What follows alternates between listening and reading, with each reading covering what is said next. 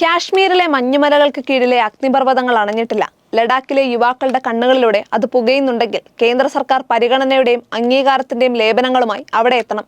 കേന്ദ്രഭരണ പ്രദേശമെന്ന പദവിയിൽ പ്രതീക്ഷ അർപ്പിച്ചിരുന്നവരാണ് ഇപ്പോൾ സംസ്ഥാന പദവി ആവശ്യപ്പെട്ട് സമരത്തിനിറങ്ങിയിരിക്കുന്നത്. ലഡാക്കിലെ നിരാഹാര സമരങ്ങൾ തെരുവ് യുദ്ധങ്ങളായി മാറിയതിന്റെ നാൾവഴി പരിശോധിക്കേണ്ടതാണ്. അതിവേഗ മാറ്റങ്ങളുടെ ഡിജിറ്റൽ തലമുറ കെടുകാര്യസ്ഥതയുടെ ഇഴയുന്ന രാഷ്ട്രീയത്തെ ചോദ്യം ചെയ്യുകയാണ്.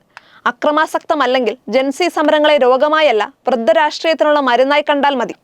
ലഡാക്കിന് പൂർണ്ണ സംസ്ഥാന പദവി നൽകുക, ഭരണഘടനയുടെ 6-ാം ഷെഡ്യൂളിൽ ഉൾപ്പെടുത്തി തദ്ദേശീയരുടെ അവകാശങ്ങൾ സംരക്ഷിക്കുക തുടങ്ങിയ ആവശ്യങ്ങൾ ഉന്നയിച്ച് ഈ മാസം 10 മുതൽ 15 നേതാക്കൾ 35 ദിവസത്തെ നിരാഹാര സമരം നടത്തുകയായിരുന്നു. ആരോഗ്യനില വഷളായതിനെ തുടർന്ന് സമരക്കാരെ ചൊവ്വാഴ്ച ആശുപത്രിയിലേക്ക് മാറ്റി. ഇതോടെ ലഡാക്ക് അപ്പെക്സ് ബോഡി എന്ന സംഘടനയുടെ യൂത്ത് വിംഗ് പ്രതിഷേധത്തിന് ആഹ്വാനം ചെയ്യുകയായിരുന്നു.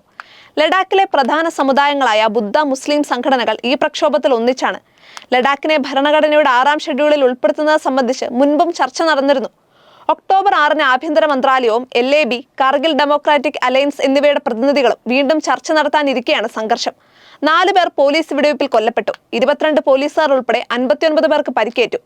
ജമ്മു കാശ്മീരിനെ വിഭജിച്ച് ലഡാക്കിനെ കേന്ദ്രഭരണ പ്രദേശമാക്കിയ 2019 മുതൽ തന്നെ സംസ്ഥാനമാക്കണമെന്ന ആവശ്യം ഉയർന്നിരുന്നു. തൊഴിലില്ലായ്മ ഉൾപ്പെടെ പല പ്രതിസന്ധികളും ഉടലെടുത്തതോടെയാണ് ആവശ്യം ശക്തമായത്.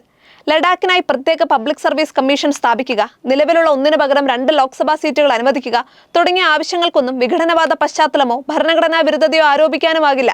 സംസ്ഥാന പദവിയും ഭരണഘടനയുടെ 6-ാം ഷെഡ്യൂൾ പദവിയും ഒരുപോലെ നൽകില്ലെന്നാണ് കേന്ദ്രം പറയുന്നത്. ഒന്നും കൊടുത്തിട്ടുമില്ല. നിരാഹാര സമരത്തിലായിരുന്ന സമരനായകനും പരിസ്ഥിതി പ്രവർത്തകനും മക്സസെ അവാർഡ് ജേതാവുമായ സോനം വാങ്ചുക്കിന്റെ വാക്കുകളിൽ പ്രക്ഷോഭത്തിന്റെ കാരണം കേന്ദ്ര സർക്കാരിന്റെ ഉദാസീനതയാണെന്ന സൂചനയുണ്ട്. കഴിഞ്ഞ 5 വർഷമായി ഞങ്ങൾ സമാധാന പാതയിലായിരുന്നു. 5 തവണയാണ് നിരാഹാര സമരം നടത്തിയത്. ലേയിൽ നിന്ന് ഡൽഹിയിലേക്ക് നടന്നു. പക്ഷേ സമാധാന സന്ദേശങ്ങൾ പരാജയപ്പെടുന്നതാണ് കണ്ടത്. സംഘർഷം അക്രമാസക്തമായതോടെ സോനം സമരം പിൻവലിച്ചു. എന്നാൽ സോനത്തിന്റെ പ്രകോപനപരമായ പ്രസംഗമാണ് പ്രക്ഷോഭത്തിന് കാരണമെന്നാണ് കേന്ദ്ര സർക്കാരിന്റെ നിലപാട്. നേപ്പാളിലെ ജൻസി പ്രതിഷേധങ്ങളുമായും അറബ് വസന്തമായും ലഡാക്കിലെ സമരത്തെ താരതമ്യപ്പെടുത്തിയെന്ന് സർക്കാർ പറയുന്നു. ജനങ്ങൾക്കിടയിൽ വർഷങ്ങളായി ഉരുത്തിരിയുന്ന അസംതൃപ്തി കണ്ടില്ലെന്ന് നടിച്ചവർ ഒടുവിലത് സ്ഫോടകാത്മകമായപ്പോൾ തലേന്നത്തെ സംഭവങ്ങളെ പ്രതിക്കൂട്ടിലാക്കുന്നത് യഥാർത്ഥ കാരണങ്ങളിൽ നിന്നുള്ള ഒളിച്ചോട്ടമാണ്.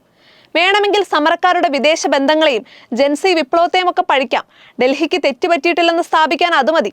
പക്ഷേ പ്രശ്നം പരിഹരിക്കാൻ ലഡാക്കിലെ വിദ്യാർത്ഥികളും യുവാക്കളും ബുദ്ധസന്യാസികളും ചൂണ്ടിക്കാണിക്കുന്ന യാഥാർത്ഥ്യങ്ങളെ അഭിമുഖീകരിക്കണം.